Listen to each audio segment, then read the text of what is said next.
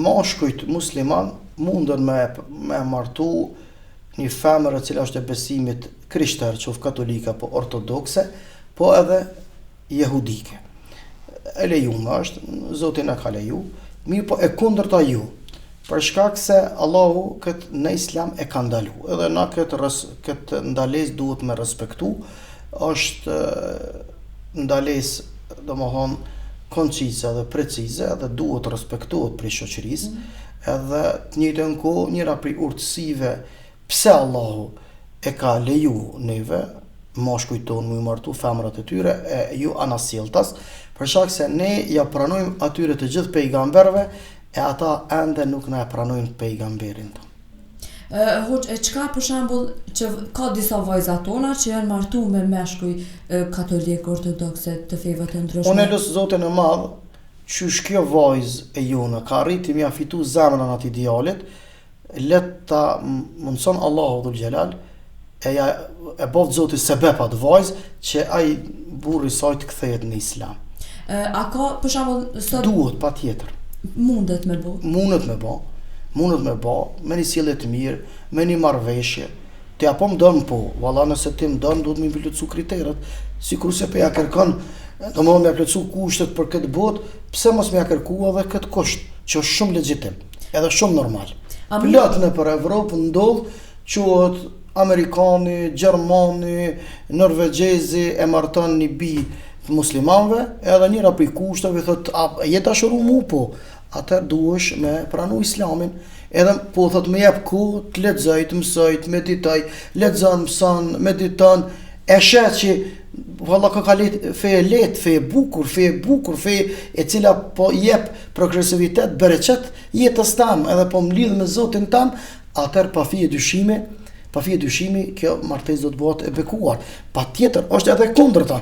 Plot vëllezër dhe djemë tan kanë dalë në perëndim, janë dashuruar vajza tjera të feve të tjera, edhe ata i ka më vallojnë baba më haxhi ka thonë unë du me pasarejnë muslimane, ai ka thonë po, më jep kohë të mësoj për Islam. Kur ka filluar me eksploru Islamin, edhe ka pranu Islamin me bindje dhe me meditim, i ka thonë, po ti ka veç me emën musliman, po ti ka kërka. A ki parasysh? E ka thonë tashti, nëse ti do mu martu me mu, edhe ti du të me anis mu fetarizu. A peshe sa e bukur o kja. Me marveshje, gjithë shka që ka bëhat me dialogim, unë i dha përparsi dialogimit, i dha përparsi meditimit, tensionet tonë duhet të ballafaqohen me paqe, me dashuri, rregullat juridike mbesin rregullar juridike, na duhet të mi respektu, por edhe këto zbresin në praktikim, edhe zbresin pastaj që thash më herët me ramit lirë kur na meditojmë. Hajde të meditojmë. Një vajzë jona ka dashuruar një djalë. Mirë, a kiti na i kërkesë për atë djalin që ka mu të bo burrit? Valla kam. Atëherë pse se javnon në top list prioriteteve fen, po shumë legjitime dhe shumë e thjeshtë. Ditëve sot, jena të po që i mas jena të qiftet, po du me shëndru edhe pak këto, që pëndohen jashtëzakonisht shumë. Do më thonë çdo det qoftë në rrjete sociale, qoftë ku do shohëm, që o divorcu dikush prej dikujna. Në fen islame a ka kushte për divorc? Po, kushtet e divorcimit i dikton rrethonat e mos pajtimeve të tyre, për shkak se thot pejgamberi alayhis salatu wassalam, halali më i urrejtur te Zoti është divorci. Halal po dhe i urrejtur, nuk e don Zoti. Na duhet me dhon mundësi të arta çiftit për më u ribashku. Edhe me shfrytzu çdo alternativë të mundshme me gjetë. Por se ka shkruar Zoti, atëherë me bë me paqe. Me paqe, nëse kanë fëmijë, atëherë ata mbesin prindrit e fëmijëve të tyre, nana e fëmijëve. Por nëse jo, atëherë mbetet një person, nëse ka mundësi në respekt, nëse jo, më rëndësi le të bëhet ndarje në paqe dhe në qetësi.